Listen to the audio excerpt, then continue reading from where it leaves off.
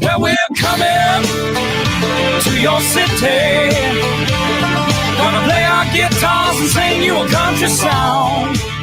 We'll all be flying higher than a jetliner. And if you want a little bang in your yin yang, come along. Well, welcome along. Indiana Sports Beat coming to you here on this cold and frosty Monday. Charlie Miller sitting alongside. Jim Coyle with you here. I hope you're ready and prepared. Even Charlie Miller, I think.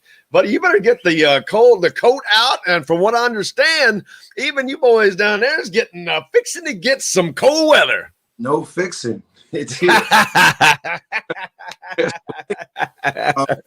I mean, like Bloomington. It is 7 degrees outside, probably about 4 inches of snow plus.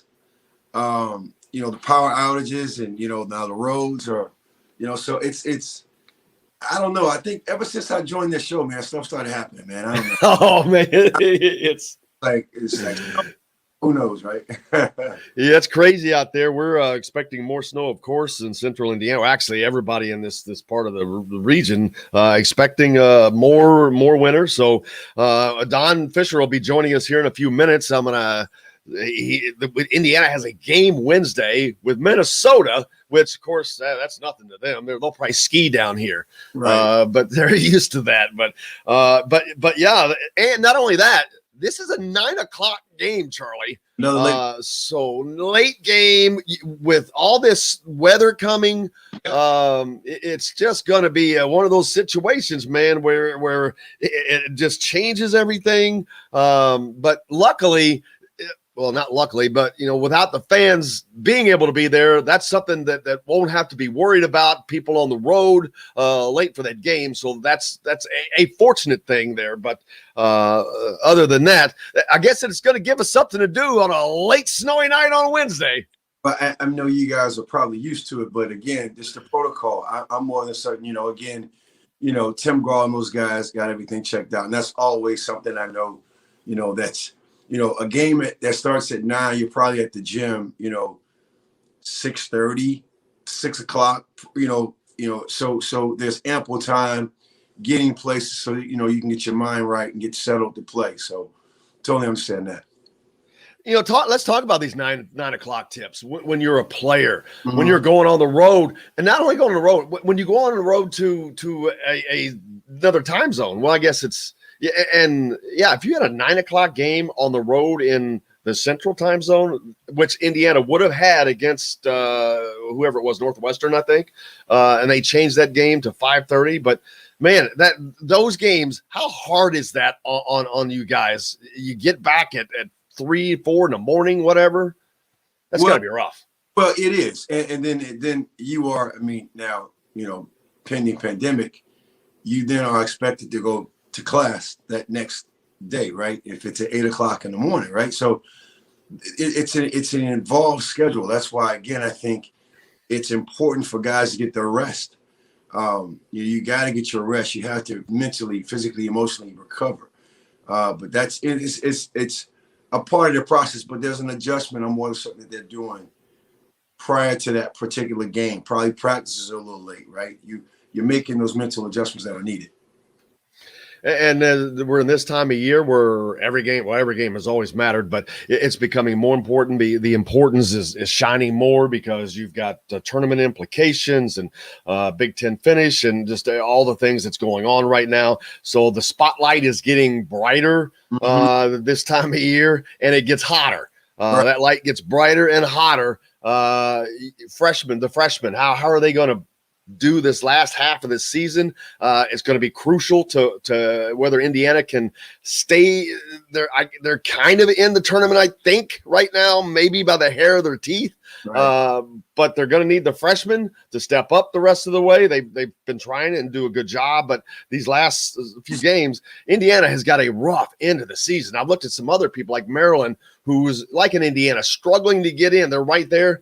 But they've got a great schedule. They play like Penn State and just the bottom half of the teams, where Indiana, on the other hand, has got games against Rutgers, Minnesota, potentially 2 against Michigan, who, let's talk about Michigan in a minute. Don Fischer is going to join us momentarily, so we'll talk. I don't want to get too into Michigan in a minute, but, man, I was wondering how they were going to come out from the COVID situation, and we saw that yesterday. But, Trevor, is Don with us already? Yeah, we got Don right here. Hey, Don, how are you, sir? Good, Jim. How are you? Doing great. Got Charlie Miller here today as well. Don, how you doing, sir? Charlie is in the house. Yes, sir. How you doing? Good, Charlie. How are you? I'm doing well, sir. Thank you. He's wondering he's wondering how good of a skier you are, Don, because we're thinking, I know you're kind of just straight over from me, but I'm thinking you might have to ski over here on Wednesday to do the game. Well, trust me, I'm from Northern Illinois originally, and I grew up driving in bad snowstorms and bad weather, so it's not an issue for me. I'm more than willing to do it, and I'm one of those guys that is not scared of the snow or the ice. I'll tell you, he's in more than good shape to do it. I can tell you that. As Indiana coming up, another opportunity. Indiana's in the tournament right now. They've got to continue to find ways to win against some teams that they have opportunities, and they have one here. But man, this is another. I was talking to Charlie about these late night tips. They're not good for anybody. They're hard on everybody and the players alike. But it is what it is. But the Indiana's got one coming up Wednesday. Well, they've got a couple of games this week that are going to be critical to the rest of this season, in my opinion. Both games are very winnable. Minnesota struggles on the road, as everyone knows. They haven't won a single road game so far this year. And without doubt, Michigan State's having one of those years where they've really struggled. Tom Izzo, I'm sure, is pulling his hair out because this team has not lived up to expectations either. So you've got two teams that are battling right now. They're sandwiched around Indiana in the standings at this point, and Indiana is very capable of pulling out both these victories. Both, of course, are coming at Simon Scott Assembly Hall, which has not been the prettiest place for Indiana to win games this year either, because they've lost 4 in that hall so far this season. So the slow starts have been a major problem here of late again, and that's got to change. But there's no doubt these are 2 huge basketball games after a very poor performance by Indiana against Ohio State on Saturday. Yeah, guard play is something that has been critical for this team and will remain that way as we head down the stretch, trying to get some consistency there to go along with the play down low of Race Thompson and Trace Jackson-Davis. Trace Jackson-Davis has also been getting off to some slow starts. He's one of the guys they've got to get his motor going a little sooner, I think. Well, he admitted that in the post-game press conference that he doesn't quite know why he doesn't get off the great starts. It's got to be a mental thing, but at the same time, he was the only guy that put a lot of points on the scoreboard on Saturday. He had 23 and he had 9 boards. But you're right, he got off the slow start. He was struggling at the very beginning. It's almost like, it seems to me like at the very beginning of games, he's almost too jacked up, maybe, because he's off his mark on some of his inside shots at the rim. But nevertheless, this team's biggest issue is with guard help. And the guards themselves all had bad ball games on Saturday. Nobody played really all that well. Obviously, Christian Lander played 17 minutes, which I think is the most minutes he's played in the ball game. And what he did on the floor wasn't terrible at times, but then it was at other times. I mean, the turnovers, again, were a factor. 15 turnovers in this ball game, and your guards had a bunch of those. There's no question the guard play has got to become more consistent and more reliable. And it doesn't matter who goes out there. All of these guards have had the same kinds of issues. Either they're struggling to shoot the basketball, which erodes their confidence in other areas, or they're turning the ball over at times when you just can't do that. You've got to be able to take care of the basketball. And Archie talked about the physical play that he thought that Ohio State was going to bring to the table. And Indiana didn't match that physicality in any way, shape, or form. And the only time that they did was when they were fouling to do so. So this team has got its issues. There's no question about that. But it's also a basketball team that has shown it's very capable at times. And they just haven't done it consistently. I mean, we know that's been kind of a roller coaster ride throughout this season. But Saturday against Ohio State, Indiana was on the tilt-a-whirl because they were dizzy from what Ohio State was able to do to them from a physical standpoint. and basically outplay them in almost every area. In fact, the 21 turnover points and the 20 second chance points that Ohio State had, there was, I think, 20-point differential or 21-point differential there between the two teams, and the outcome was a 19-point ball game. So it tells you all you need to know where this team has got to make up and become better. Yeah, the guard play has been sporadic, as we've mentioned. Armand Franklin, probably the brightest light there. That injury really slowed him down. It looks like he's getting back from that. He seems to get better. His consistency is kind of getting there. He's been definitely the most consistent when he's healthy. Al Durham has definitely shown some bright lights, but then disappears. And Rob Finney has really had some struggles this year. And then as you try to bring along the freshmen, as you mentioned, it's been tough to get those guys integrated. But getting Armand Franklin healthy, completely healthy, is going to be critical, I think, to this team, because when he's been healthy, he's been pretty consistent up there. Well, I would argue that Armand's probably been the most improved player on this team, along with Brace Thompson. Those two guys have picked up their play this year throughout. Armand has been saddled with the ankle injury that I don't think he's back to 100% yet, but he's close. He did not play his best game on Saturday. Maybe it meant his worst ball game of the season. He just is not shooting it nearly as well now as he did earlier this year when he wasn't hurt. So that kind of has hampered him. He's got to get back and maybe get in the gym and maybe take more shots and maybe work on that shot a lot more than he has. But I don't think the ankle has ever been 100% at this point, and it may not be the rest of the season. But there's no question he's been probably the steadiest of all the guards in regard to his consistent play. Al has been good too. I don't want to take too much and be too negative about Al Durham, because Al is a guy is capable. He's just not going to be your in and out everyday scoring guy that knocks down big shots all the time. He's never been that kind of player, but he's steady and he does a pretty good job of taking care of the basketball most of the time. So honestly, this team's got to stop the turnovers. There's no question the front line is not as healthy as you'd like it to be, and I'm talking about Joey Brunk not being there, because his absence this year has been a big problem for this team on the front line with not much depth there. Jordan Geronimo comes off the bench and gives them some solid minutes at times, but he's just a young guy that's still learning the game and understanding the game and those types of things. So at this point, you got to rely on your veterans to be the keys to the performance, and at this juncture, the guard play has just been too sporadic to count on them. And with not having with Christian Lander, we've talked about we know he's going to be a good one, but he is super young still. He's grown a lot this year, but he's still not a guy that can play 20, 25, 30 minutes. So you can't count on him to do that. But I wonder sometimes at the half when they're struggling, why not put something like that him to give a spark to the lineup, to prevent a slow start? But we never see ever any changes in that regard, and that's always a curiosity why that is. And I know that you don't know that answer, but it's just something that I've always noticed. I want to say something. Well, the only thing I would say about Christian is that as good as at times as he looks out there, he also looks pretty bad at times, especially at the defensive end. And I think that's where the trust that coaches have to have in you really comes from. They're going to expect you to make a mistake or two as a young player. There's no doubt about that. But the defensive lapses that Christian has in ball games can allow another team to get off to a really big start. And not that Lander maybe getting an opportunity to start in a ball game might be something that's a positive. It could be. I can't answer that question.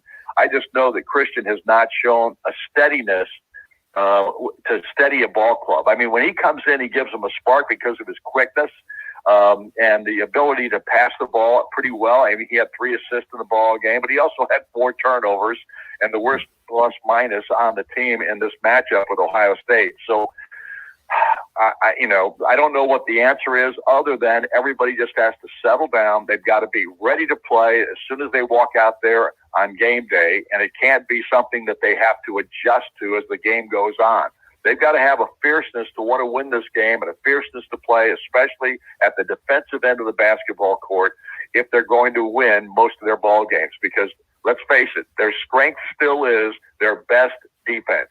When their defense is playing at a high level, this team is hard to play against, and obviously against Ohio State, that was not the case. Yeah, as a freshman, that's one of the things I think you don't may not be in consideration, Don, coming in as a freshman, right? Playing defense. Okay, on the offensive end, but you have to play defense, and that trust may not be there like you have from Coach Miller, right? So yeah, you can bring on a bright spot probably in the second half, but that trust has to be there defensively. And if it's not, now you're a lot.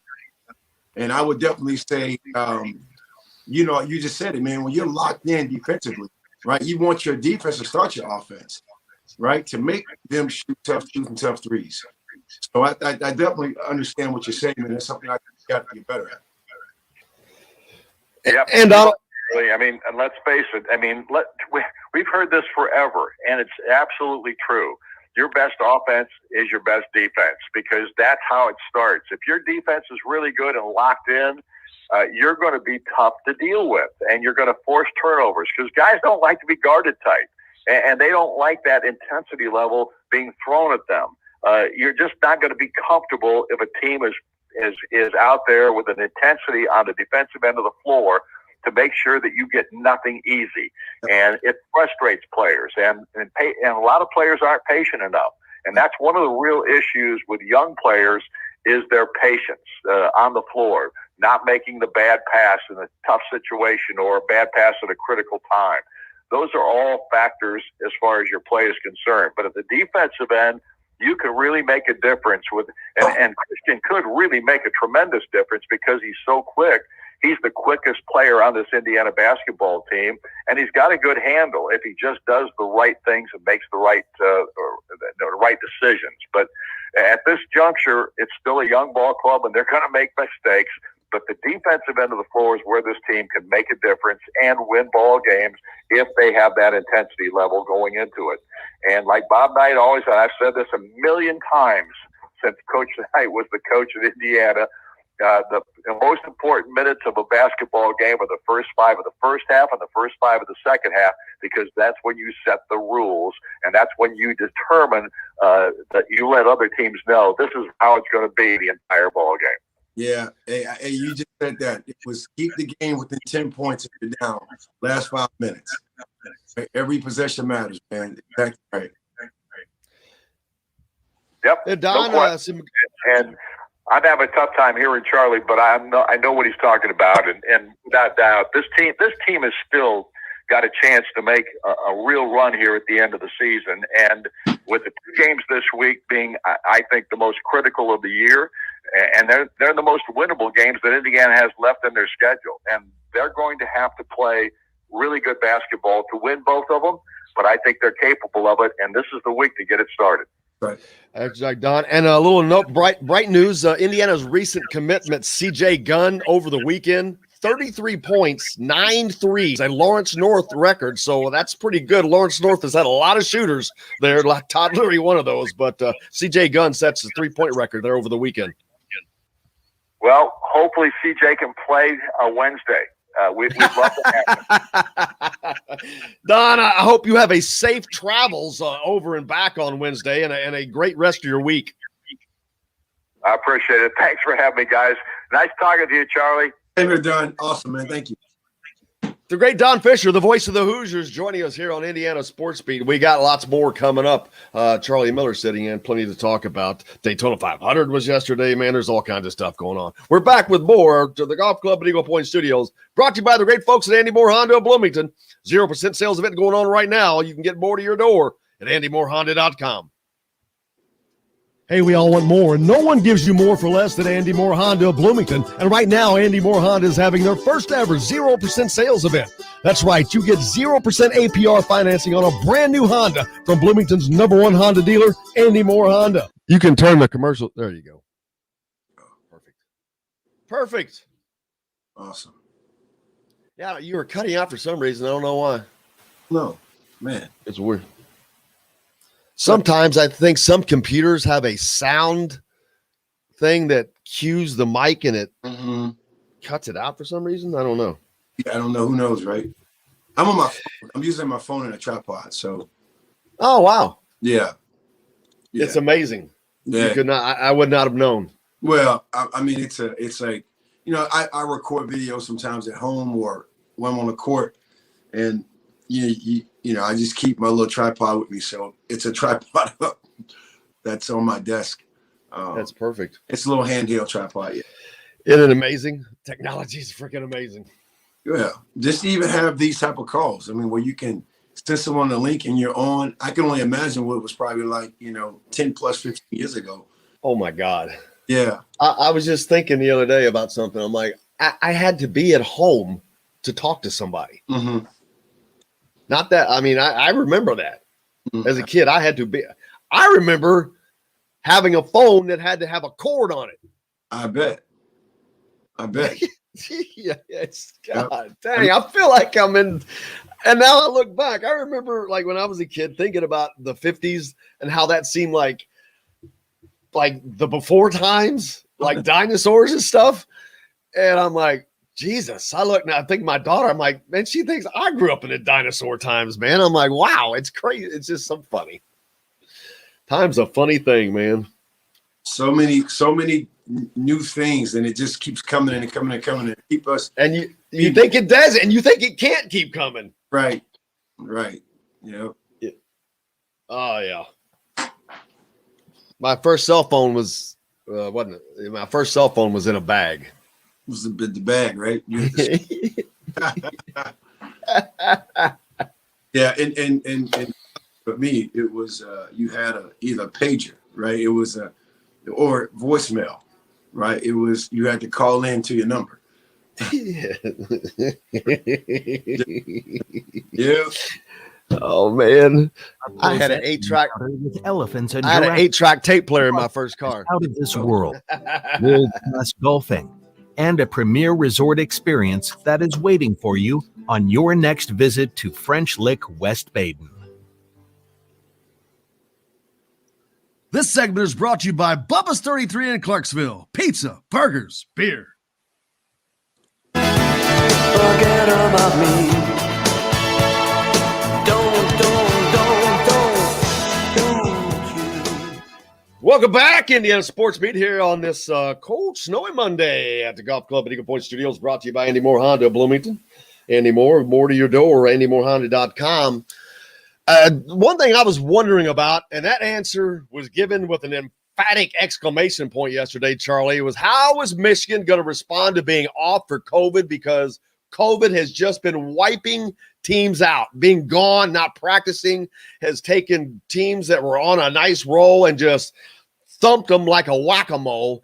And, man, Michigan comes out yesterday in a game that and a Big Ten game on top of that. So you're really going to wonder how that's going to turn out for them. And, man, they leave no doubt as they knock off Wisconsin on the road, no less. So, and they do it in emphatic style, 70-53. Right. So, man, okay, that question's answered. Well, I tell you this, you think about it. I think there's, again, another adjustments going on because of COVID. And now everyone's back, and you are really biting at the chumps to really play. And you got a team like Michigan who was, preseason, considered to be a team that can win a national championship. So I think for me, it was just more so that was also rest and recovery, right? So thank God they all came over COVID. But when you have a fresh start like that mentally, they didn't have COVID. That was the thing. None of them were affected. But it was more. I think they've gotten stronger. Right. That's what I'm saying. So that layoff, when you're laid off like that, I mean, that's dangerous because you got time to do something that's very important that we really don't talk about now. Practice. You got time to get better. And they use it to get that way. A lot of times, yeah, but I guess that's the difference in this COVID pause is Michigan was forced to do this. It wasn't because their basketball team was infected. It was this mandate from the state. But, man, they use it to do nothing but practice, I think, because they kicked the crap out of one of the best teams in the league yesterday at their house. And I feel now, again, as I say, as a player development coach, practice is where championships are won. And and again, how can you, if you have games, you don't really have that much time to focus on your scouting team. And when you are off for 3 weeks, mean, that's like a preseason. I mean, you have a lot of time to watch film, to get on the court, to get your individual practices in, to get the team concept practices in. So that's a lot of time, right? It's kind of dangerous, especially this time of the year. The last time they played was a 17-point victory on the road at Purdue, another good team. Right. That was January 22nd. Right. They picked up exactly where they left off, winning by 17 again against a better team. It's nuts. I can't believe how they came back. Now, Baylor's another team that I'm very, very curious on how it's going to affect them. I don't know the situation on whether they're being, if what COVID is, if it's players, what's going on. They got 5 games that they're going to have to miss. I think Baylor was the best team in the country when they were sat. I mean, you're very familiar with them. Yeah. Scott Drew, an Indiana guy, has got God, that team is just, gee whiz, they're so solid. Yeah. My gosh. I mean, they're a complete team, man. Well, across the board too. I mean, they across the board. I mean, Don talked about defense, create offense. They are a defensive minded team. I mean, he has, a solid 5 that starts. They can all play, they can all shoot it. So, you just never know, right? I mean, and even talking about them, Gonzaga's a top team, right? I mean, they're a powerhouse as well. Absolutely. Well, of course, they're number one, but I think Baylor is the best team. Right. Well, they were before COVID, but man, hey, you can't discount Michigan. The national championship is there's going to be, I don't know, probably 10 teams that maybe really truly have a chance, because matchups make a difference when you get to the tournament. We saw that with Indiana against Syracuse a few years back. I mean, it just, you get the wrong matchup on the wrong day, that changes things. But man, Michigan is roaring right now. That should scare a lot of people. That Michigan win should scare the crap out of people. They went to Wisconsin after all that time off and just kicked the crap out of a good team. Yeah. Again, I'm thinking that, again, time off to get better. At getting better, Jim, is a whole nother ball game in the middle of the season, right? Especially in your Big Ten season. I think that's almost like an advantage. Yeah, and there's something I've been thinking of. Michigan is one of the games that Indiana had postponed. Michigan State was one of the games they had postponed. I've noticed on Nebraska's schedule a game that they have with I forget who it is, who it's the Nebraska's game with, but anyway, they've got them playing back-to-back days, same place. There was a regular scheduled game, so I think that they went ahead and put on a makeup game either like the day after that. I'm wondering if that's going to be the case, and I said this on Twitter, for Indiana with Michigan and Michigan State. Yeah. Both games are scheduled at times that it looks like they can throw another game in there. If that's the case, unfortunately, that would put Indiana at Michigan twice. That could get brutal. But it would give you Michigan State at home twice. So maybe that helps out. But it's going to be curious to see what they do with those makeup games. And you would think that they'd have to start coming out with that pretty soon. I mean, we're halfway through the month of February, so you only have 2 weeks left in this month. So we'll see what they end up doing there. What's that like playing back-to-back games? What would that be like playing back-to-back games at Michigan against the team what they just saw right now this time of year? Well, you just said it, and I'm glad you said what would it be like, because we never experienced that, right? I mean, you had games in between. So, I mean, I can only imagine the mental adjustments that have to be made, especially playing a team like Michigan, then going to play Michigan State or vice versa. So, I mean, it's all hands on deck, because one, you got to think about, again, your injuries that may be happening, or players who have to be limited on playing time because you have back-to-back games. So now everybody is going to have to be involved, right? And you're going to have to pull the freshmen up. The players that probably play sparingly, they're going to have to get major minutes. So you're going to have to make sure that all hands on deck to be prepared to play two games like that back-to-back. To do it twice in a season, so I mean, the season's unique in and of itself, so we already have that. But this is a very unique thing to do something like that back to back or twice in a season, and then you're relatively close to playing in the Big Ten tournament. So is this actually helpful for the Big Ten tournament, for preparing for that? That's what I'm saying. I think it is, because again, you get players who get sparing minutes. They have the opportunity to contribute, right? And I think you need that consistency as well. Like, I think if you take, I think it was a game, Jim. It was Drake against somebody, right? There was I forget who they played against. It's like the score was like lopsided, 81-50 or something like that. And then the next day, the team that lost big won by 1. So I mean, how do you even register that, right? I mean, and again, it's unprecedented that it's happening due to the time. So how do you even register losing big and then coming back and winning by 1? Are you making those kind of adjustments in a day? Who knows, right? But I think it's about playing at the right extent. It's all about who is playing, to me, defense, locked in, rebounding, pushing the ball, staying to your strengths, which for me, Indiana's strength is post play, right? Cutting, moving, staying to your strength, and doing the things that can get you advantages towards the end of the game. And Indiana has got a great opportunity coming up this week. You've got Minnesota and Michigan State, both in Assembly Hall. IU needs both of those wins. Minnesota has lost 6 of 9. They're a tournament team too, so that's a good win. Michigan State, they've lost 5 of 7. They're not a tournament team, but it's a Big Ten win. But you got to have both of those. It's still Michigan State, and I don't. It's still Tom Izzo. Yeah, it's still. I don't take anything away from that, right? We don't want to give any locker room fodder. We don't get nothing. Just go in. What Don said, the first 5 minutes, set the tone. Set the tone defensively. Make it tough. Crush them. Take their spirits away.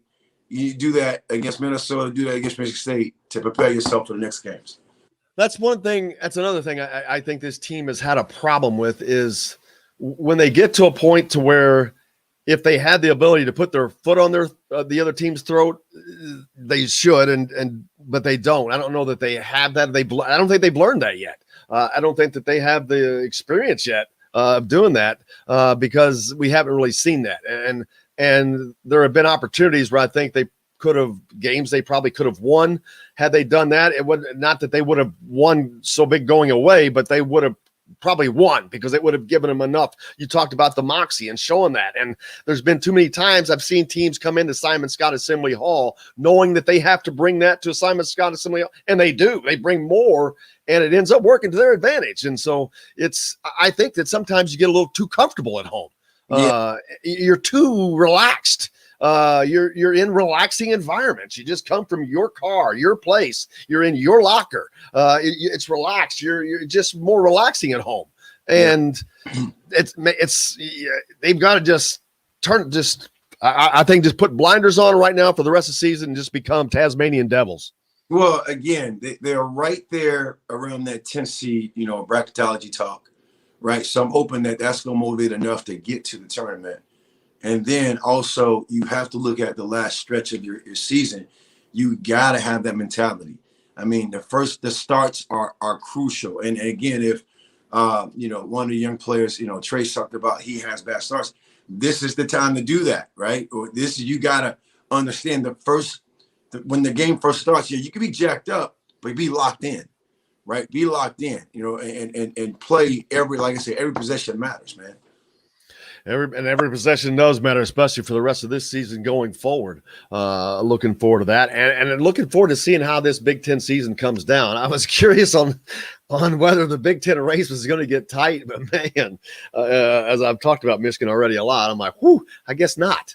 And this is a season that at the beginning, if I had to bet money on how many losses the Big Ten champion was going to have, there is no way in a snowball's chance and where that I would have bet anything that they could have had anything less than 4 losses. There would have been no chance.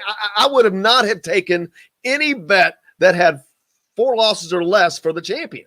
And I don't know that Michigan's going to lose twice. I don't know they're going to lose again. Yeah. Again, it's timing, man. And you're talking about this time of the year. And again, with that kind of rest, who knows, man? You know, it's going to be very tough to beat a team like that. It is crazy. I don't want to fail to mention the Indiana women are continuing to win. I think they're ranked 15th. They've won 3 or 4 straight now. They got another win yesterday. Indiana wrestling won. It's the golf team is winning. A new golf course, man. Have you played that golf course yet? I have not. You know what? And I just started playing golf about 2 years ago, kind of like consistently. So that's something to look forward to. Oh, absolutely. It is beautiful, and it must be working because Indiana's golf team is kicking butt, man. They've been winning a lot of stuff. How was Valentine's Day for you yesterday, man? Did you do all the nice things for the wife? You know, the weather kind of, slowed us down. So here we go. Here comes some excuses. Yeah. Yeah, we went to dinner Friday night. So we're very fortunate to have some adult time. We took the kids to our church. Had like a adult nights out thing. So we took them there. We had dinner. It was good. Just kind of, caught up on conversation. We work together, for my basketball business. So we're around each other all the time. So it was really good. Just subtle, simple, and smooth, man. That's how you got to do it. That's how you got to do it. And then this week is rolling along, and the high school continue. This is going to be a weird season, Charlie, for the boys' high school tournament because the Big Ten tournament is in Indianapolis. The NCAA tournament is in Indianapolis. Yeah. The boys' IHSA tournament, which would have been, I think, maybe the week before or during the Big Ten tournament, is now going to be the week after the NCAA tournament. So it's just going to be boom, boom, boom basketball in Indianapolis. But they get another extra week of practice, which could be cool to make that tournament or finals even better. Hey, that's good. I have something for you. Did you have a birthday? I want to take that back. It's Friday, man. I was able to sneak by that without saying that. 18th, by the way. So what's that? Happy 18th birthday. Thank you, sir. Yes, I've been celebrating that one for a long time, but thank you. I appreciate that very much. You know who else's birthday was Friday? It's on the same day he was supposed to be on. He's usually on with AJ Guyton. Oh yeah, Friday. Yeah, we have the same birthday. But thank you. I appreciate that very much. Yeah, I didn't mention that Friday. I was trying to, and thank you for everybody. I can't thank everybody enough because there were just tons and tons of messages, and I really appreciate it. I was trying to get by Friday without talking about it, and I was able to do that. But thank you guys so much. It means a lot. You guys are awesome. Put back for you, man. You can't, you got to show the love, man, both ways. I appreciate you, man. You're the best. What is going on right now? In player development, you talk about that, and that's been a key, something that's been a topic for Indiana. We've got a break here in a minute. We'll talk a little bit more about it later. But player development has been an issue that it's been something that's been a topic of conversation on this Indiana basketball team. It seems like that's not a lot of that there, or it's very slow. And it seems to be one of the problems that they're having and why they're having those issues, why you're not having consistency, because the guys that you expect that consistency from, you're not getting it. And you should, if they're being developed or if they are developing. Right. I know that all of that can't be on the player, but a lot of it is. Some of it's on the coach, some of it's on the player. I want to talk about how much is on, each way. What's a player have to do? What's their responsibilities? Because they have a responsibility. You have it's on you most of all. I know that, but right. We're going to talk about that and plenty more. You're listening to the Indiana Sports Beat. We're coming to you from the Golf Club at Eagle Point Studios, brought to you by the great folks at Andy Moore Honda of Bloomington. Got a 0% sales event going on right now, and I guarantee you they got some all-wheel drive vehicles. You can get more to your door with AndyMooreHonda.com. We're back with more right after this. Welcome to your... That's a perfect segue. I appreciate it. Perfect segue. Thank you. Yeah, and you can go on. We can get Alec to set you up with a on the forum pages at the top, a permanent slot, and you can just put information in there. You can talk to people and have conversations. It's a board. It's a forum page board. Kirk, I got Kirk's book up there. Is this too loud? What is it? I got a heater next to me. Is it too loud? You don't hear it at all? I hear it now. Okay, yeah, I don't. Are you cold? It's just all of a sudden cold. Yeah. Oh, every day I'm usually wearing a sweatshirt, a sweater. I guarantee I hate being cold. I'm always wearing a hooded sweatshirt. Today, this is the lightest thing I've worn in a long time. Yeah. But it's long sleeves. I promise you. Heater just kicked on, so it's all good, man. No sweat. No sweat. Before we get on, I wonder, because I remember back, when you have your stretch of games, how much time, right? Because it's all about time, right? We're talking about how much time are you taking in between these games to work on, right? What feedback are you getting as an individual player? And I talk about this stuff, and then, are you setting forth time to go work out, to do these little things, right? So, and again, it's this more of a rhetorical question. I'm not questioning them, more so these are the things that I'm thinking about. If I'm mentoring a young player now, you got to make sure you get your workout in between the games, right? To stay sharp mentally, physically, and emotionally. Yeah, I have no idea what they do or allowed to do. It's so different now. It's so structured so differently.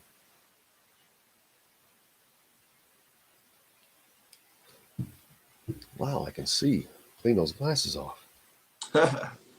It's amazing.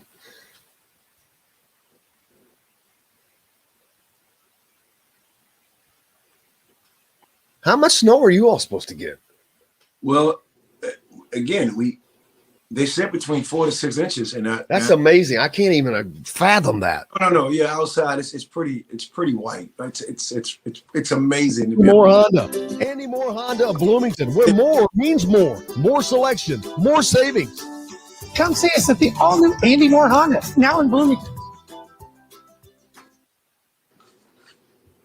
This segment is brought to you by Bubba's 33 in Clarksville. Pizza, burgers, beer.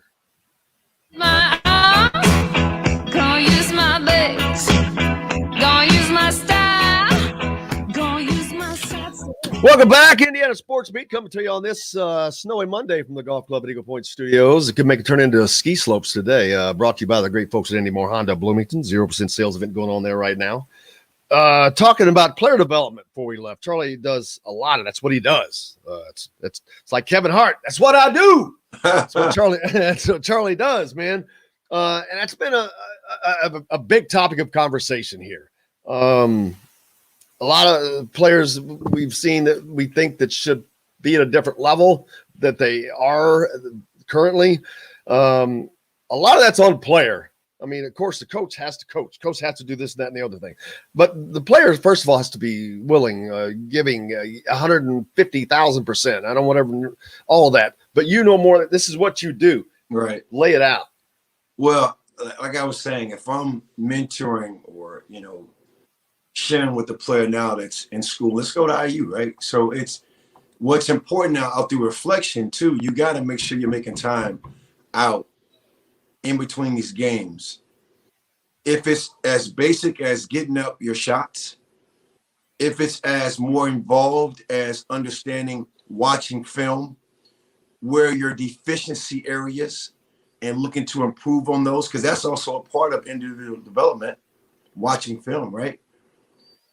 Cleaning up misses, mistakes, taking notes, right? I mean, and again, I'm not comparing errors, but I learned how to take notes playing, for Coach Knight, right? I mean, it was more, you had to take notes. So you were more up on your. And I don't think people understand that. He physically made his team have notepads, pen, paper, whatever, and take notes like they were in a classroom. I still have all 4 years of my notes. And that's amazing. But these are things that I'm teaching, reflecting to players. You just don't, there's too much going on not to give you, just to kind of share. Like as a human, we have over 60 to 80,000 thoughts in our mind that go through a day. Right. And that's science. You got to learn how to stop those thoughts and put them down on paper, whether you write shorthand or not. It's just taking notes. This game we play now is very involved. Right. And I'm not saying they're doing this, but when you try to keep everything in your mind, it stops your decision making. It doesn't really enhance it. So these are things that I'm encouraging guys to do. Take notes, get your notepad, journal, right? What happened 2 games ago, 5 games ago? Look back at that, just like it's a class, because it is a class, right? That's a test. To me, practice is the pop quizzes. The games are, the test, right? And we have to get better from every test we take. Especially the younger guys, because how crazy this gluttony of information that is storming into their head, then just to retain that, learn that, but to use that in the moment of decision making of a split second, it has to be so ingrained that it is not a decision but a reaction. And that's where the point where they're not at yet. And what you're saying is that's the learning curve. That's the freshman's curve. Because going, back, it's, you're just playing, you're an athlete, you're probably better than everybody, but now there's strategy. Now teams can pick on you. They can put you in a pick and roll situation. So that's a cat and mouse game, man. That's a chess game. And that's what you have to learn how to overcome, where you are not reacting. You can respond. You can make those millisecond decisions. And again, that's one of my sayings. That's why I keep saying every possession matters, because it's how you study. It's how you stop that thought and put it down. It's how you look at that thought over and over and over. So you say, that you just nailed it. What's for freshmen, and we talked about defense being the epitome of importance here, and Archie Miller's that apparently his foundation is built on defense, the pack line defense. I'm not sure exactly if that's working offensively, or I am sure it's not, but a lot of that to do with missed shots and things like that. But free throws, this team is a horrible free throw shooting team, and no one understands that. All of Archie Miller's teams historically have been bad free throw shooting teams. I don't understand that either, but free throw shooting to me, and I talked to Todd Leary about this. He was a great free throw shooter. So much is mental. And, I know Coach Knight's famous saying, 4 to the 1 is the mental is to the physical. I've learned that from being around you guys so much. But the free throw shooting, it's just so mental to me, because these guys are more than capable physically. We've seen it. We've seen them go 14 of 15 on nights and then 5 of 16. It's just hard to comprehend. Well, what Don said was right on, right? It's one thing. It's like a steering wheel, man. If one area is low in confidence, you get to that line. Now that pressure of I have to make the shot, I have to make that shot. And that's, I feel free throws are all mental. It's just all focus, right? And the game stops for you to take that shot. So and why do we have so many guys though that it's impacting on the team? Yeah. Again, I think it goes back to, if it's shooting, right? If shooting is inconsistent in a game, and who knows why, now stepping up to that line to shoot that 12.75 foot shot. I know we say 15, but it's 12.75, right? To shoot that shot. Hey, man, sometimes it's tough, right? And I think that's what you might be experiencing. It's definitely been a problem for Indiana, something that you keep saying they need to shore up, but I don't know why. It's not going to shore up, I don't think. It's just you have to hope that they have a good night when they need it, that good night comes on a night when they're playing a team that they're beating or have a chance to beat, like Minnesota or Michigan State, a night when they're going to need it soon, Wednesday. They're at home. It's a late game. Of course, it's way better to be at home for a late game than it is to be on a road. Talk about that, the impact of Minnesota. Not only is Minnesota is on the road playing this late tip, that's got to be, they got to sit around during the day. You got to find stuff to do. And now with this weather, every time you can't go outside, you step outside, and of course they're used to that, I guess. So that's like regular for them, but it's still sitting around all that. That's never fun on the road for a 9 o'clock tip.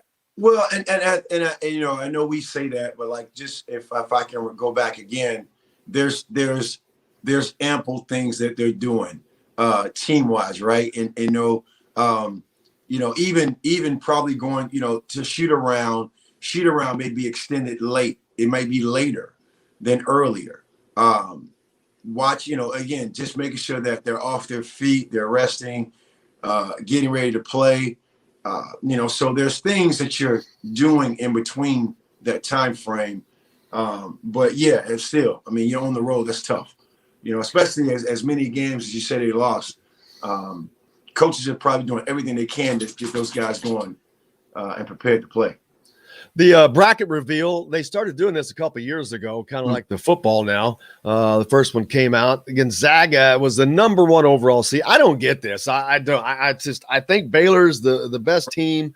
These guys have not gotten off of Gonzaga all year long. And the thing, I think it's giving them an advantage. They don't play anybody. They did early, played a couple teams early, but their conference is so weak that you don't have a challenge. And Baylor is going through, I'll be honest with you, I think the Big 12 might be tougher at the top than the Big 10. Right. And they're beating teams handily, man. But anyway, the reveal came out, several Big 10 teams, several Big 12 teams, Gonzaga, and a couple from the SEC. Pretty much what we expected. I think it's going to be a hell of a tournament. Yeah, I think so too. Because again, I think it's a little parity, man. You got teams that are off. And again, you just never know who's going to make a run, right? I don't know if there's going to be a consistent lot. I would say probably a top, 1, 2, 3 seeds. But man, you just never know. Those late seeds. It's an interesting season to say the least, man. I can only imagine what they're all going through, travel wise, practice wise. When there's a mandate to take time off, how do you even deal with that? So it's an interesting time. Yeah, it's that more so. This tournament is going to be interesting, all in Indiana. But again, I think it's going to be maybe one of the more interesting tournaments we've had in a while. There's going to have so many different storylines. How hopefully COVID will not impact it. That's the biggest thing is, because we had the conference tournaments prior to, which I think is just horror. I think it's just stupid. Why do that? Because there's no way you're not putting more risk. How is that not more risk? And when you have the big prize right there, right behind you. Yeah. I know one of the, I forget what conference, but they canceled their conference tournament.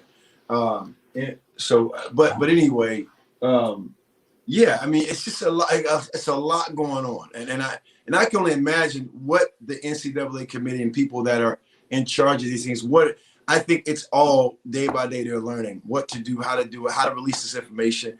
Then you got to get into the programs that the athletic directors and the teams and the coaches. So it's an involved process right now.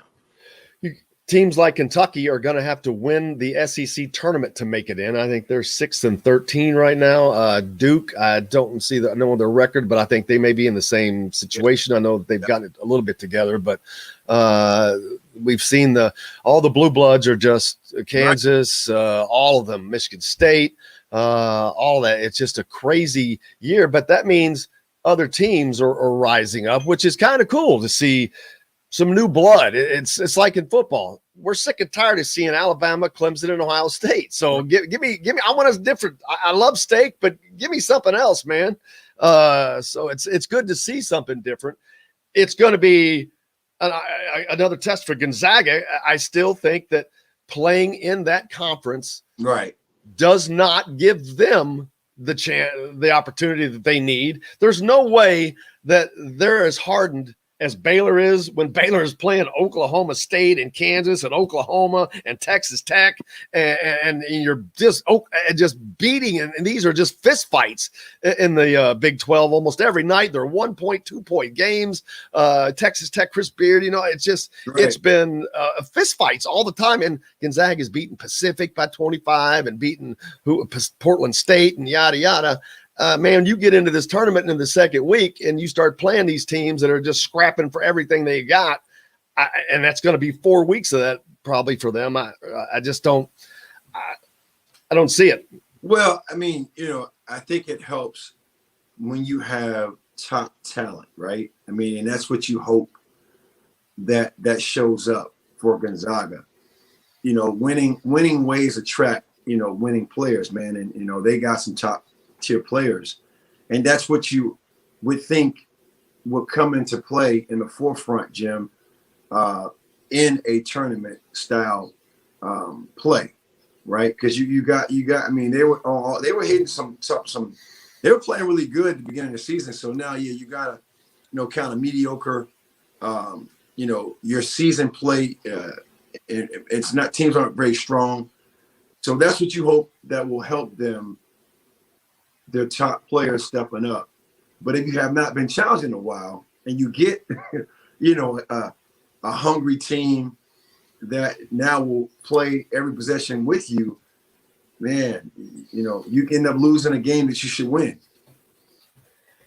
Yes, absolutely. Hey, we got a lot more coming up here on Indiana Sports Beat. He had a rookie win the Daytona 500 last night that was delayed for a long, long time, but they finally got that thing in.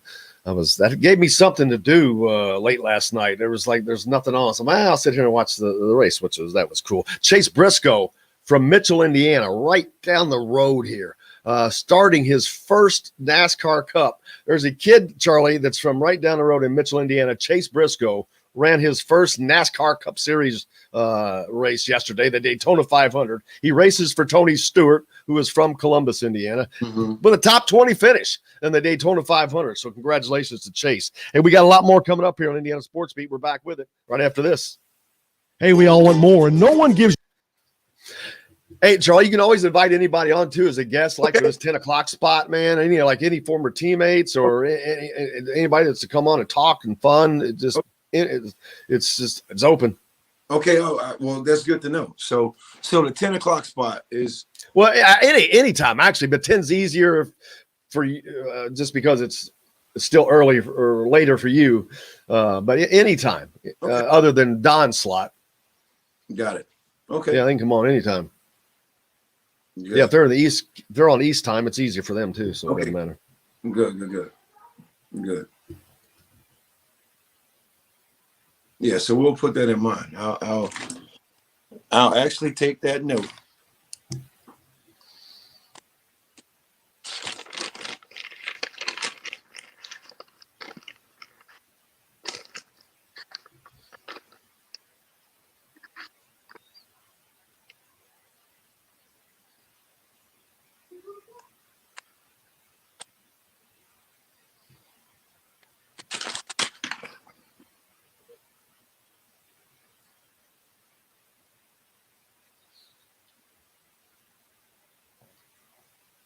Got it.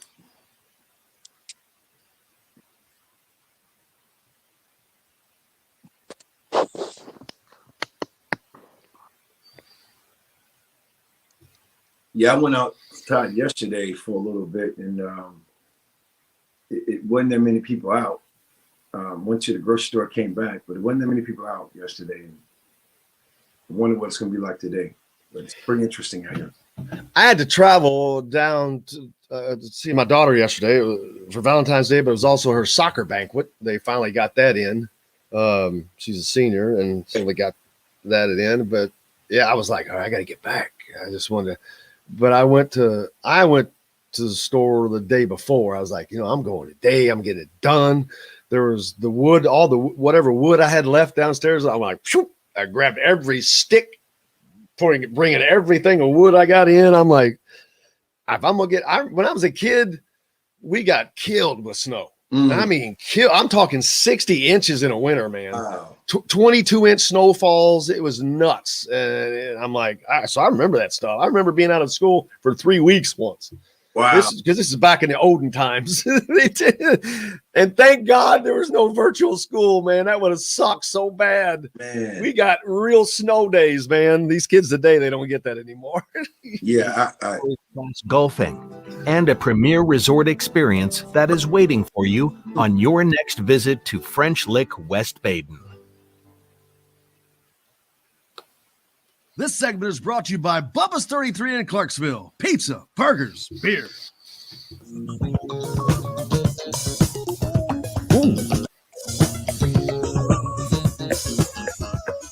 Trevor, funking out the funk beat today. All right, man. Welcome back, Indiana Sports Beat here on this Monday. something warm at least. Charlie Miller sitting in with me as well. Jim Coyle here. Hope you're having a good day and prepared for the week ahead, man, because I don't think we're going to be doing much but sitting here and talking. But for now, like with your training this week, that's going to obviously impact that. You do much virtually? Do you just go online? What happens with that? You just nailed it. Yeah, so I don't know, right? I mean, just because of the locations, the gyms are maybe shut down. So what? But I mean, I look at this as more of an anomaly. This is not normal. So it's a week. But I think I shared this before with you. There's players. We do a lot of things virtually, not necessarily anything physical. More so, I call it having the players learn the ability to watch film, to take notes, slow down a little bit. Right now here, a lot of teams are in the playoffs, high school wise, and some players are finished. So for me, it's really setting the tone for their spring season. Right now recovering, working on their actually workout progress plans, what they're going to work on, what they have to get better at. So that's kind of the focus I have right now. Yeah, that's enough to keep you busy during these COVID times. The kids have also had to find different ways and resources and ways to alleviate from getting things done. But hopefully that is lightening up as we get through and will continue to change as we move forward. I mentioned earlier the Daytona 500 ran yesterday, Charlie. Michael Jordan is now a team owner in NASCAR, which is cool. Bubba Wallace, of course, driving the 23 car, of course, is that 20. If you saw a picture of it, it's the red and black. Their color schemes are red and black. Which is pretty cool. It's cool. Brad Daugherty, two North Carolina UNC players are car owners in NASCAR. Of course, North Carolina, the hub of NASCAR racing, but it's kind of cool to see those sports collide in that manner. It's neat to see basketball and NASCAR. I just like racing, and so I've always watched NASCAR as well. But it's fun to see those two sports collide. Hadn't Doherty, wasn't he commentating for like years? Oh yeah, he's been involved for a long time, man. Like almost 15 years ago, I feel. So I'm not surprised, right? I mean, yeah. I'm not surprised at all. Both those guys grew up in North Carolina. It's just you don't see a lot of basketball guys. It doesn't even really have to do.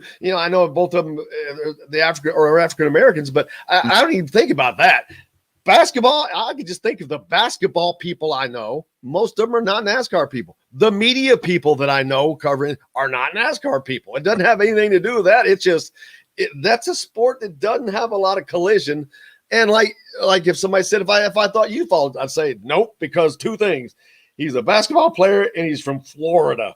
If he wasn't playing basketball, I'd be doing a Floridian thing. It's interesting you say that. But I'm like, that what it said is 6 degrees of separation, right?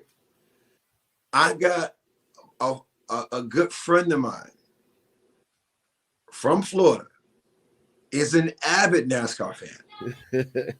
We grew up together. He's an avid. I mean, when there's events at Homestead, right at the street, he's there, right? Daytona, he's there, right? He's avid, and I was curious, like, how did that happen? Nothing against it. Like, what happened? Like, he was always a fan, but as he got older, it more so his true colors came out, right? But you would just never guess it. It's the thing. You never know what attracts to someone to whatever, because there's so many different things out there that just attract people. Some of it's speed, some of it is whatever. But yeah, it is funny. I mean, a lot of people are into different aspects of racing. Some people hate NASCAR that love IndyCar. It's funny how they or Formula One. It's people have their preferences, man, but it's. Yeah, your environment growing up, what you were exposed to. The one caveat that I was thinking about that with you, I'm like, unless he grew up in Daytona, and I don't think, and I'm pretty sure he did, and I don't remember him being from Daytona. No, so what they had in Miami was the what was it? I think it was the Formula One. Yeah, street race, wasn't it? Right, yeah, they had that. So, but still, I mean, I would have to be in cars. Like, I mean, I'll be honest with you, I wasn't even into the beach, and I lived 20 minutes away from the beach, and I wasn't. I mean, it's one of those things you take for granted. I mean, I'll be honest with you, it's you know, it's you take it for granted now. It's, you know, it's everything to everybody in the world going to Miami for the beach, but that's something that okay, we don't want to go there. You're used to it, right? So it's just a part of the process. It's 12 degrees here right now, Charlie. You're breaking a lot of hearts. You're hurting a lot of people's feelings. It's 12 degrees. Hey, listen, it's 7 degrees here in Dallas. I'm with you. Hey, I'm 5 degrees cooler, or than you are. So I can't believe that. That's blowing my mind. Degrees here, and it's amazing. The weather here, and it's supposed to get down to like 1. I mean, it's right. I don't know. So mind-boggling. Yeah. When it gets like that, though, and you're having to travel to play games and all that, I know that you're not out a lot, but it's all of that. How does that affect your mood? How does that affect you? Because it takes, when you get bitter cold like this, it takes a minute to really get your body warm. And I know that you get in and you start playing, you do get warm. But for me, it takes a while, and it affects the mood. It affects your mind mentally. And when you're on the road, I talked about before, you're already uncomfortable. Yeah. So now you're adding some other things into it.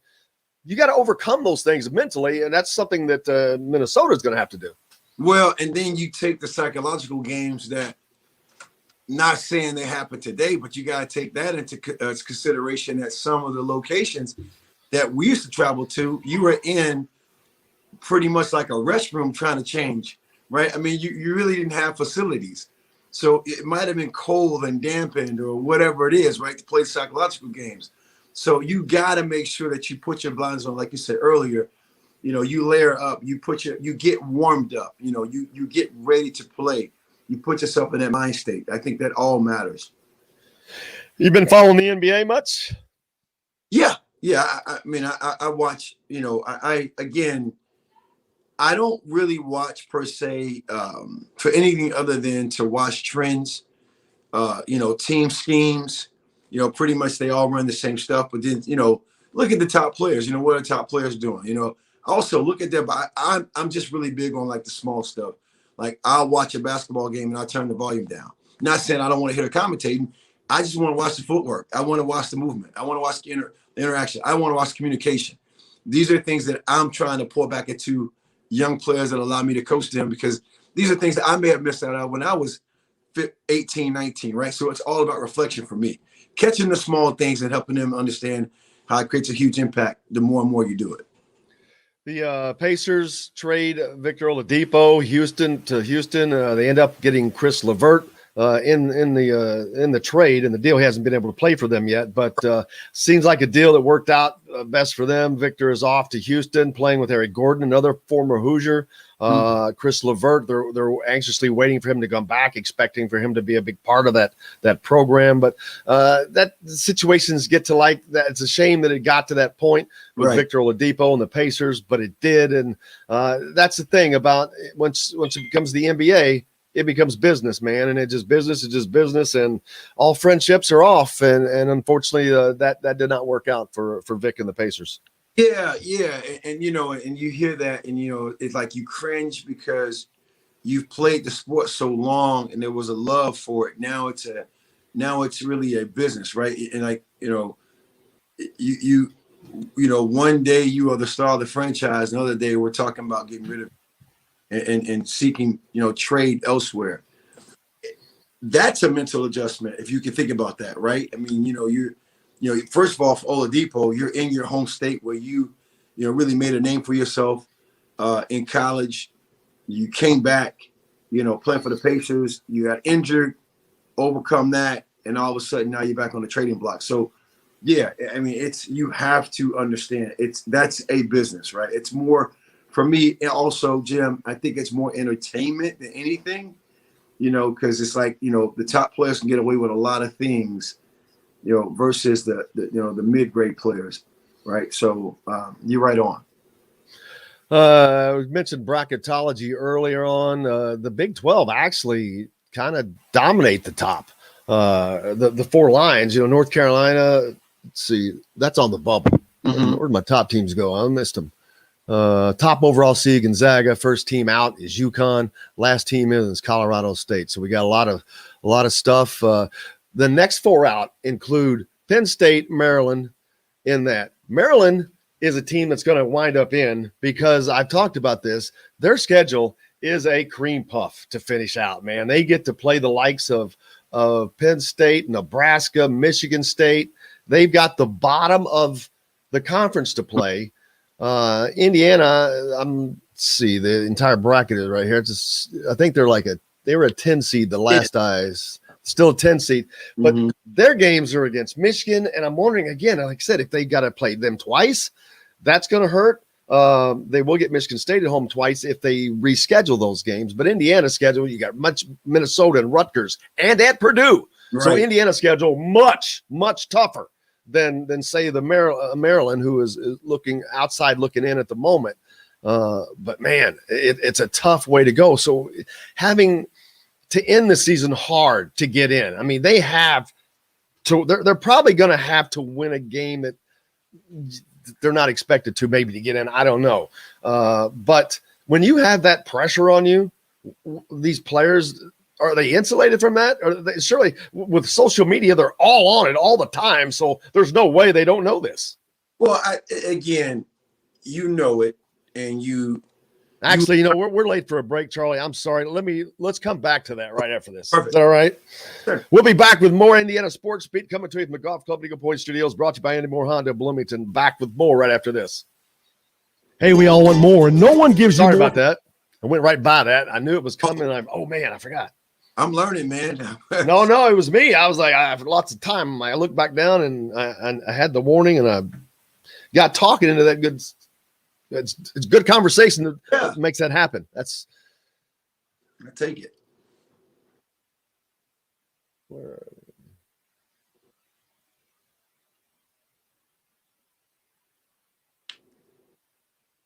we? Oh yeah.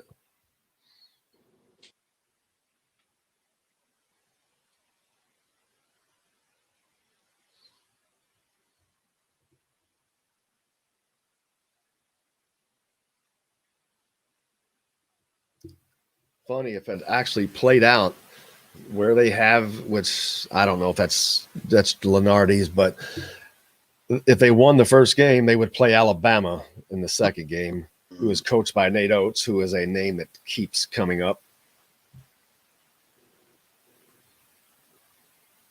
He's done a heck of a job. They got a nice little squad. You're looking at that kid, Darius Miles. They got a nice team. He did a great job at Buffalo. I had never heard of Buffalo, and all of a sudden they were ranked. And I'm like, why is Buffalo ranked?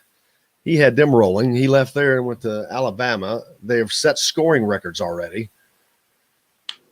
But I wonder, how are they defensively? I mean, is it because, like Tom Crean was marked by that. Big runs, big games. But defensively, really lacking, and that's probably what cost them ultimately. They play in the big SEC, so I don't watch them, so I don't really know how they are defensively. Alabama, they're winning though. I know that.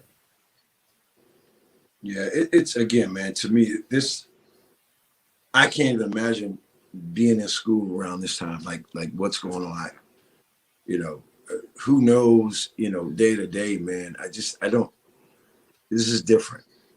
Even hearing from the high school players, on what was going on during the season and the stoppages and the practices and we had a game, we were on the way to the game and the game got canceled.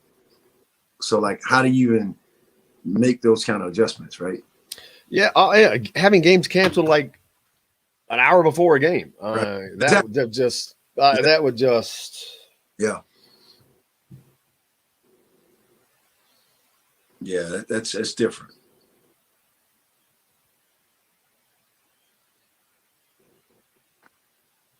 This world-class golfing on your next visit to This segment is brought to you by Bubba's 33 in Clarksville. Pizza, burgers, beer.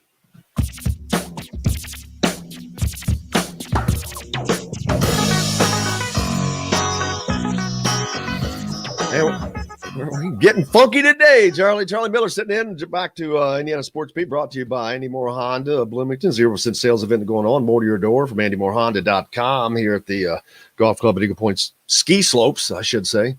That's what I got to change the name to. Call it the Ski Club at Eagle Point Studios for the rest of the week. Was doing some bracketology when we left. Indiana currently in at 10 right now, but Maryland and Penn State next 4 out, last 4 in, not a Big Ten team. So first 4 out, UConn, St. Louis, Richmond, Western Kentucky. So to me, it's going to be easy for Maryland to jump any and all of those teams. There's no way they're playing anybody of consequence. The last 4 byes, North Carolina. Wow. Can you imagine if they didn't make it in, Duke doesn't make it in, Kentucky doesn't make it in, Indiana's not going to be in, could possibly not make it in. That would be just crazy. Well, again, it goes back to, and I think I said this at the beginning of the season, it's the teams that make the most adjustments, right? I mean, and also get all of their players buying into roles, because this is just unprecedented times. That's been a topic of discussion, adjustments and kind of a lack thereof for the Indiana basketball team. It's been one of the knocks that Archie does not make adjustments, that he is just too scripted, that he refuses to deviate. Like that's one of the things I asked Don. I know he doesn't know the answer to that, but the lineups. Archie's going to use the same exact lineup every game, and it's going to be the same lineup at halftime every game, which I do not understand, because there's no way that at points of games that at the end of a half, someone doesn't have a hot hand, a rotation isn't working really well, or something that's doing well. He complains about their horrific slow starts, but does nothing differently. And I'm like, you cannot beat your head against the wall and expect a different result. Change something, do something different, just to see if it works, just to see what happens. What do you have to lose? I mean, that's why I suggested, I know Christian Lander is not ready to start. He's not ready, but he's coming on. He's working. But just, I mentioned to say, start him at a half sometimes, just for a jump start, for a spark. Maybe it's for 3 minutes, but to get that offense jumped and right off the bat, because we've seen it just come out and lag and go deep into the shot clock on virtually every possession, down to 5 seconds or below. And if you've got slow starts, just do something different. Maybe it's just for the first 5 minutes. Try it. I don't think he's going to put you in a hole that bad that quickly that it's going to kill you. Yeah, well, again, and I can only imagine, right? Because I'm speaking off of what I would probably imagine going on. It's trust, Jim. It's trust. I trust I have 5 I trust to start the first half and after halftime, right? And now, and from there, the guys who get minutes based upon how they played, bright spots, whatever it might have been, is trust. And typically around this time of the year, out of those, we call it 200 minutes of being played, right? It's, about 8 or 9 guys, about 8 guys are getting those majority of those minutes. And that's, probably what's going on. Again, I'm not in I don't have an inside information, or I'm just going off of what I probably would imagine. It's trust, right? Been on both sides of that trust too, Jim. So I can talk about it from a standpoint of, you don't see that court for whatever reason. Because of, Coach Knight or whoever has to start the first 5, 6, and I've been on the other side too, where there's been major adjustments, right? So I think it's trust. I agree with you. It is. And I understand a player has to earn that coach's trust, but also I think a coach has to give some of that sometimes to give him maybe the extra bit of confidence to put him over that line. Confidence. Yeah. I mean, again, it's a two-way street, man. I mean, you're saying it. I mean, it's a, because again, now we're going back to that, the possession matters because now you feel the errant shots will turn into an easy turnover, especially if you have games like against Ohio State. I mean, it was like, you got to think about that. So now it's even tighter confidence-wise. So I have to now play to even give, the 5, 6, 7 guys I'm playing to even give a chance of us coming back, right? So then you probably stymie the development of the younger players that you're really going to need at the end of the season towards postseason play. As we move forward, Indiana's got to prepare for this late night game on Wednesday. You've got all these elements coming in. They're going to have to be trudging through that to class. I'd be spending all my time just staying in the gym. I'd bring me a sleeping bag and just get over in the gym and stay in there. You sleep. You can sleep in that gym. I mean, that's a whole nother locker room.